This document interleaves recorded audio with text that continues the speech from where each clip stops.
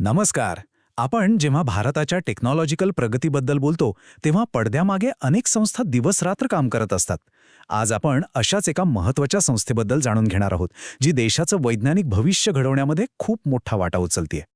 तर मग प्रश्न असा येतो की भारताचं हे तंत्रज्ञानाचं भविष्य नक्की घडवते कोण? आपल्या डोळ्यासमोर अनेक मोठी नावं येतात, पण आज आपण एका अशा संस्थेबद्दल बोलणार आहोत जिचं योगदान खरंच खूप मोठं आहे, पण कदाचित तितकं चर्चेत नसतं. आणि त्या संस्थेचं नाव आहे सेंट्रल सायंटिफिक इन्स्ट्रुमेंट्स ऑर्गनायझेशन, म्हणजेच CISO. ही संस्था CSIR म्हणजे council of scientific and industrial रिसर्चच्या अंतर्गत काम करते.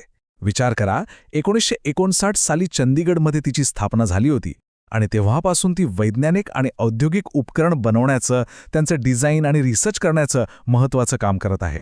चला तर मग आता जरा आत डोकावून पाहूया की या लॅब्समध्ये नेमकं घडतं तरी काय. CSIO मध्ये नक्की कोणत्या प्रकारचं जबरदस्त काम चालतं त्यावर एक नजर टाकूया. CSIOचं काम हे बघा 5 मुख्य क्षेत्रांमध्ये विभागलेलं आहे. पहिलं म्हणजे बायोमेडिकल उपकरणं, जी आपल्या आरोग्यासाठी खूप महत्त्वाची आहेत. दुसरं ऑप्टिकल डिव्हायसेस, मग येतं ऑटोमेशन आणि रोबोटिक्स, त्यानंतर सेन्सर्स आणि मोजमाप करणारी सिस्टम्स, आणि हो, शेतीसाठी लागणारी उपकरणंसुद्धा. यावरून त्यांच्या कामाचा आवाका किती मोठा आहे हे लक्षात येतं. पण हे सगळं फक्त लॅबपुरतं मर्यादित नाहीये. याचं आपल्या रोजच्या जगण्याशी थेट कनेक्शन आहे. उदाहरणार्थ, हॉस्पिटलमध्ये वापरल्या जाणाऱ्या ॲडव्हान्स्ड ECG मशीन्स किंवा शहरांमधलं प्रदूषण मोजणारी अत्याधुनिक सिस्टीम आणि आपल्या सुरक्षेसाठी वापरली जाणारी हायटेक नाईट विजन उपकरणं, हे सगळं CSIOच्या संशोधनाचंच फळ आहे. ओके, तर हे झाले काही ठोस उदाहरणं. पण आता जरा मोठ्या कॅनव्हासवर बघूया. देशासाठी CSIOचं काम इतकं महत्त्वाचं का आहे? याचं महत्त्व नेमकं कशात आहे? यातला सगळ्यात महत्त्वाचा मुद्दा तो म्हणजे आपलं स्वतःचं स्वदेशी तंत्रज्ञान तयार करणं. CSIOमुळे काय होते तर भारत टेक्नॉलॉजीसाठी दुसऱ्या देशांवर अवलंबून न राहता आत्मनिर्भर बनतोय. आणि हीच गोष्ट मेक इन इंडिया या आपल्या मोठ्या मिशनला थेट जोडली जाते, नाही का? देशातल्या देशात उत्पादन आणि नवनवीन शोध लावण्यासाठी CSIO एक महत्त्वाचा आधारस्तंभ बनला आहे.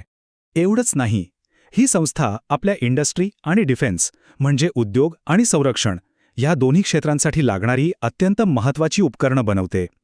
त्यामुळे देशाची अर्थव्यवस्था आणि सुरक्षा या दोन्ही गोष्टींना बळकटी मिळते. बरं, आता येऊया एका खूप प्रॅक्टिकल भागाकडे. ज्या तरुण शास्त्रज्ञ आणि इंजिनियर्सना अशा संस्थांमध्ये काम करण्याची इच्छा आहे, त्यांच्यासाठी पुढे काय मार्ग आहेत?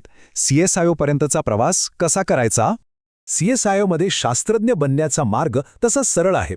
बघा, पहिलं म्हणजे विज्ञान शाखेतून 10वी-12वी पूर्ण करायची. त्यानंतर इलेक्ट्रॉनिक्स, मेकॅनिकल किंवा अशाच कुठल्या तरी विषयात इंजिनिअरिंगची डिग्री घ्यायची. तिसरी पायरी आहे गेट किंवा नेट सारख्या राष्ट्रीय परीक्षा पास करणं. आणि मग शेवटी CSIRच्या भरती प्रक्रियेतून अर्ज करायचा. पण थांबा, फक्त सायंटिस्टच होता येतं का?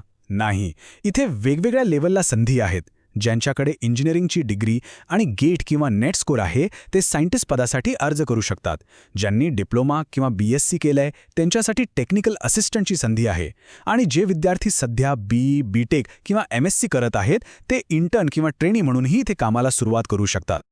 चला आता शेवटच्या टप्प्यात बघूया की CSIOमध्ये करिअर करणं म्हणजे नेमकं काय मिळवणं. ही संधी नक्की काय देते? तर CSIOमध्ये करिअर का निवडावं याची काही भन्नाट कारणं आहेत. एक तर इथे खूप उच्च दर्जाच्या संशोधनात भाग घेता येतो, ज्याचा थेट देशावर परिणाम होतो. दुसरं, सरकारी नोकरी असल्यामुळे एक प्रकारची स्थिरता मिळते. तिसरं, अगदी लेटेस्ट आधुनिक तंत्रज्ञानावर काम करायला मिळतं. आणि सगळ्यात भारी म्हणजे DRDO आणि ISRO सारख्या देशातल्या सर्वोत्तम संस्थांसोबत मिळून काम करण्याची संधी मिळते. तर ही सगळी माहिती ऐकल्यावर एक प्रश्न मनात येतोच की भारताच्या या वैज्ञानिक भविष्यात आपलं योगदान काय असू शकतं? विचार करण्यासारखा प्रश्न आहे, नाही का?